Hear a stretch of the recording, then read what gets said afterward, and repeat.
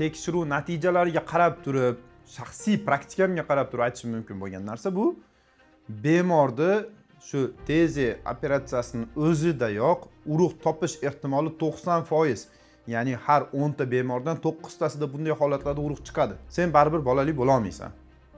Oilangni saqlab qolish uchun yaqin birorta birodaringni urug'ini ayolingga eko qilib beramiz deyishgan. Endi bilmadim bu holda qanday rozi bo'lgan bilmadim. Xullas bemor bu narsaga rozi bo'lgan. Tug'ilgan farzand bemorni ukasi bo'ladimi yoki o'g'li otasini urug'ini ayolini bachadoniga qo'ydirib bola tug'dirish bu shaxsan meni hamiyatimga, meni erkakchiligimga to'g'ri keladigan narsa emas. Xullas bemorga aytdim, siz hech qachon bolali bo'la olmaysiz. Shunda bemor qiziq savol berdi. Meni 9 yoshli qizim bor. Qizig'i, biz hazillashib ayolimiz bilan maza qilish uchun yotib qo'ysak, bolali bo'lib qolyapmiz.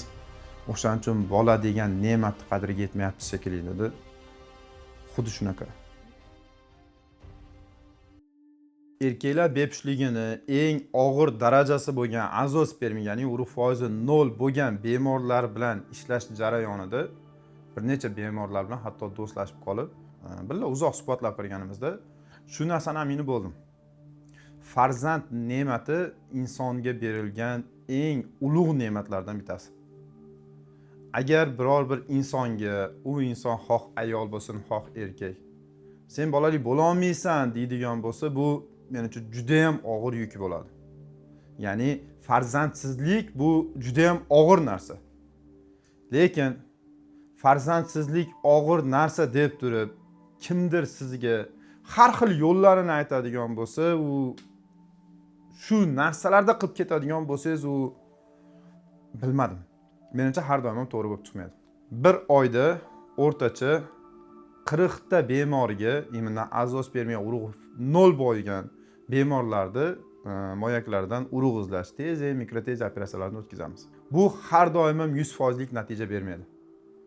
Lekin bemorlarga iloji boricha ham dinimizda ko'rsatilgan, ham dunyoviy qonunchiligimizda ko'rsatilgan to'g'ri yo'lini qilamiz.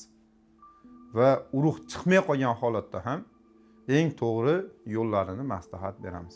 Lekin bugungi kunda shu 4 yildan beri ishlayotgan bo'lsam, men eshitgan eng og'ir holatlardan hozir 1-2 ta holatni aytib beraman. Birinchi holat juda ham og'ir holat. Bemor keldi qabulimizga. Azospermiya urug' foizi 0. Qabulga kelganda tekshiruvlar, bizda odatda shunday narsa bo'ladi.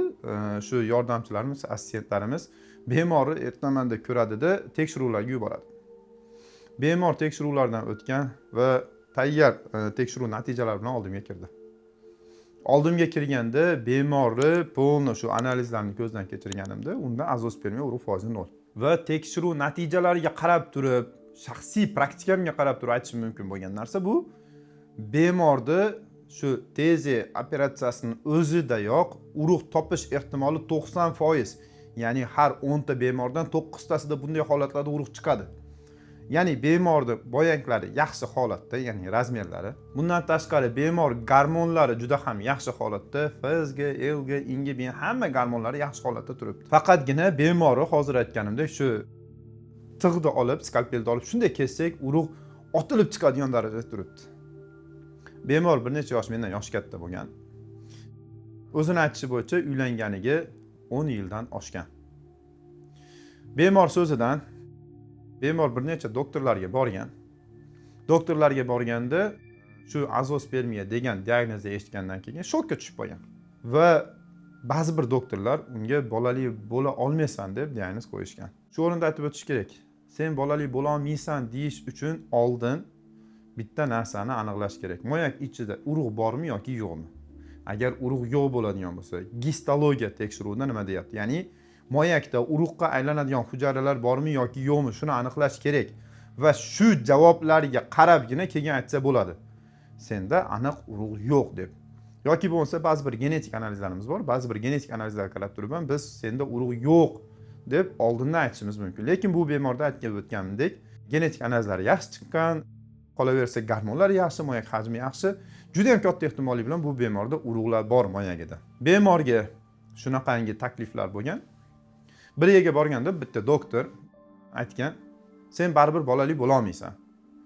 Oilangni saqlab qolish uchun yaqin birorta birodaringni urug'ini ayolingga eko qilib beramiz deyishgan. Endi bilmadim bu holda qanday rozi bo'lgan bilmadim. Xullas bemor bu narsaga rozi bo'lgan. Aka ukasi bo'lmaganligi sababli o'zini dadasini urug'ini ayolini bachadoniga qo'yishga rozi bo'lgan. Eko qilishgan. Aytib o'taman, bu narsa dinimizda ko'rsatilmagan. Ikkinchidan eng asosiysi bo'lsa, bu qonunchiligimizda mutlaqo taqiqlangan narsa. Qonunchilikda juda ham katta qilib yozib qo'ygan. Bemor rozi bo'lgan. Hamma amaliyotlar amalga oshirilgan va bemorda ayoli homilador. Farzand tug'ildi. Farzand tug'ilgandan keyin farzandi o'sha meni oldimga kelganda 5 yoshga kirgan ekan farzandi. Shu yerda bitta savol qiynayapti meni shaxsan o'zimni. Tug'ilgan farzand bemorni ukasi bo'ladimi yoki o'g'li? Bu savol hali hanuzgacha meni qiynaydi. Bilmadim, siz nima fikr bildirasiz? Kommentariyada qoldiring fikringizni, juda ham qiziq. Bemorni ukasi bo'ladimi yoki o'g'li? Xullas bemor farzandli bo'lgan, lekin o'zini aytishi bo'yicha baribir ko'ngli to'lmagan. Oxiri shu ijtimoiy tarmoqlarda biz videolarimizni ko'rganda qabulga keldi. Qabulga kelganda bemorni o'sha moyaklardan urug' izlashimiz mumkinligi, urug' chiqish mumkinligi hamma narsa aytib tushuntirildi. Tushuntirilganda bo'lsa bemor rosa o'ylanib qoldi. Hali bemorni operatsiyaga olmadik. Keyingi hayoti nima bo'lishini bilmadim, avvalo Xudo biladi, lekin shu kungacha bilganim, что tug'ilgan bola bemorni otasidan va bemorni o'zini dada deb chaqiradi. Aslida bu qanchalik to'g'ri, qanchalik noto'g'ri, men ya'ni dada deb chaqirishi. Lekin otasini urug'ini ayolini bachadoniga qo'ydirib bola tug'dirish bu shaxsan meni hamiyatimga, meni erkakchiligimga to'g'ri keladigan narsa emas. Har qancha farzandsizlik azobi og'ir bo'lsa ham, bu taklifni bergan doktor ham, buni qilgan o'sha bemorni o'zi ham, bunga rozi bo'lgan bemorni dadasi ham bu dunyoda ham hali javob berishadi. Bu meni shaxsiy fikrim. Bu birinchi holat. Erkaklarda urologik muammolar ko'p uchraydi. Bular xoh farzandsizlik bo'lsin, xoh bu narsa o'sha jinsiy zaiflik va boshqa sabablar bo'lsin. Ko'pchilik erkaklar ba'zi holatlarda bu narsani hattoki yechimi borligini ham bilishmaydi. Lekin bizni jamoamiz sizga har qanday urologik muammo bilan eko bo'ladimi bu yoki jinsiy zaiflikning eng og'ir turi, jinsiy aloqadagi eng katta muammolar bo'ladimi? Jinsiy olatni razmerida yoki bo'lmasa jinsiy olatni qalinligida yoki jinsiy olatda o'tkazilgan turli operatsiyadan keyingi travmalarda va jinsiy olatni qiyshayshi va boshqa holatlar bo'lgan taqdirda ham, hatto zamonaviy protez qo'yish kerak bo'lsa ham, sizlarga albatta yordam bera olamiz. Bu muolajalar barchasi biz o'zimiz ishlaydigan klinikada amalga oshiriladi va bu muammolarga biz sizga albatta yechim bera olamiz. Aytgancha, yoshlar faqat o'zini o'ylamasdan, ota-onalar haqida ham biroz o'ylashimiz kerak. Otalarda, yoshi katta odamlarda tunda hojatga o'tish bo'lyapti yoki bo'lmasa siyishda muammolar bo'lyapti, tez-tez hojatga o'tish bo'lyapti. Bunday muammolarda prostata bezi xavfsiz giperplaziyasi kasalligi kuzatiladi. Bunday holatda ham sizga hech qayeringizni kesmasdan, teshmasdan, tikmasdan tabiiy siydik yo'li orqali rostakasim lazer bilan kirib dardingizni xalos qilamiz. Bizga murojaat qiling va ushbu raqamlarga qo'ng'iroq qiling. Ikkinchi holat. Xuddi shunday holatlardan bittasi qabulga bemor kelgan, bu narsani ko'p ham aytganman. Qabulimizga kelganda shu tekshiruvlar natijasida unda genetik kasal borligi aniqlandi. Ya'ni urug' foizi 0 bo'lgan bemor shikoyat qilib keldi qabulimizga. Qabulimizga keldi, tekshiruvlardan keyin genetik kasallik bor, ko'rdim va bemorga aytdim, yo'q, afsuski, Xudo taolo sizni farzandsiz qilib yaratgan. Sizda genetik kasallik bor. AZ faktor deymiz, buni doktorlar tushunadi. AZ faktorda A, B, S uchala lokusda ham total deletsiya bergan. Bunday holatlarda spermatozoid chiqishi mumkin emas. Qolaversa bemorda gormonal o'zgarishlar bor, moyaklar razmeri mayda. Xullas bemorga aytdim, siz hech qachon bolali bo'la olmaysiz. Shunda bemor qiziq savol berdi. Meni 9 yoshli qizim bor. Qizig'i, genetik kasallik bor. Moyaklar rivojlanmagan, gormonlar yaxshi emas. Lekin bemori qizi bor 9 yoshli. Qiziqib so'radim. Qiziqib so'raganimda bemorning o'zini aytishi bo'yicha shu farzandsizlikdan aziyat chekib, unga bunga boshini har toshga urib yurgan paytlaridan birida bemor bir doktorga boradi. Doktor unga inseminatsiya qilish kerakligini aytadi. Ma'lumot uchun aytaman, inseminatsiya bilan ekoni farqi. Ekoda erkak kishidan spermatozoid olinadi, ayol kishidan folikulalar terib olinadi va ularda laborator sharoitda chatishtiriladi. Bu eko X. Inseminatsiya bo'lsa, erkak kishi spermasini chiqarib olinadi va ayolini bachadoniga sepib qo'yiladi. O'zbekcha qilib aytsa, oddiy qilib aytsa shunaqa bo'ladi. Xullas, bemor o'sha doktorga borgan. Doktor qanchadir vaqt davomida davolaganda asta-sekin 1 oy, 2 oydan keyin mana senda urug' paydo bo'lyapti deb turib laboratoriyani, danlilarni ko'rsatib borgan. Senda urug' paydo bo'lyapti, senda o'zgarish bo'lyapti deb. Bemor oxir bu narsaga ishongan. Bu doktor bo'lsa bemorga, ya'ni bemor ayoliga inseminatsiya qilish kerakligini, ya'ni bemor spermasini olib, ayolning bachadoniga sepish kerakligini, sababi bemorda spermatozoidlar miqdori o'zi xohlagan darajaga ko'payib yetib olmagani uchun, ya'ni miqdori oz bo'lgani uchun inseminatsiya qilish kerak deb aytib tayyorlaydi. Bemor rozi bo'lgan, inseminatsiya qilingan. Farzand dunyoga kelgan qizcha, 9 yoshli qizcha. Xullas, bemori o'zini aytishi bo'yicha bemorning xabari yo'q. Va bu yerda men aniq ta'kidlab bu narsani kerak bo'lsa dokazat qilib bera olaman. Bu qizcha bemori o'zini farzandi emas. Bu yerda o'sha oq xalat kiygan doktor